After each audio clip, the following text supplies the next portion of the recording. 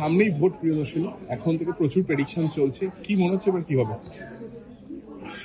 খেলা হবে, ভয়ঙ্কর খেলা হবে।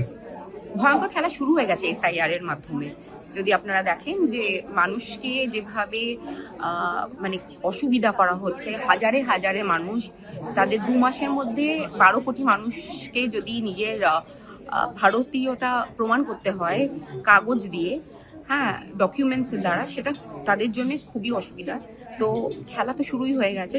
আর এবছর কিন্তু আমরা গত 15 বছরের এবার করে আমরা আবার জিতবো, সেটাই আশা। প্রিয়দর্শনী, মার্জিন কিরকম হতে পারে প্রেডিকশন? আমার মনে হয় বাংলার মানুষ আমাদের সাথে আছে।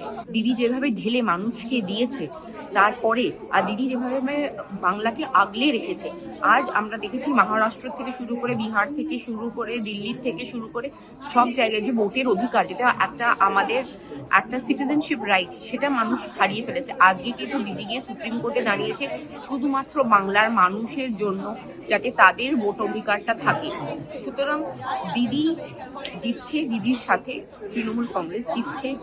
আমার মনে হয় আমরা 250-র ওপরে, যদি ঠিকভাবে ফেয়ার ইলেকশন হয়, 250-র ওপরে আমাদের থাকা উচিত। প্রিয়দর্শনী, লক্ষ্মী ভান্ডারের টাকা বাড়লো রাতারাতি, এবং সেটা ঘোষণা করার আগেই ঢুকে গেল, তো এইটা কি একটা বড় ট্রাম্প হতে চলেছে? লক্ষ্মীর ভান্ডার দেখুন আজ অনেক বছর হয়ে গেছে আছে। সুতরাং আমার মনে হয় যে যেভাবে ইনফ্লেশন বাড়ছে, যেভাবে আপনি দেখবেন সোনার দাম বাড়ছে, যেভাবে শেয়ারের দাম কমছে, যেভাবে তেলের দাম বাড়ছে, এখন তো রাশিয়ার থেকে আমাদের মার্কিন রাজ্য থেকে কিনতে হয়, তো আমাদের তেলের দাম আরো বাড়বে।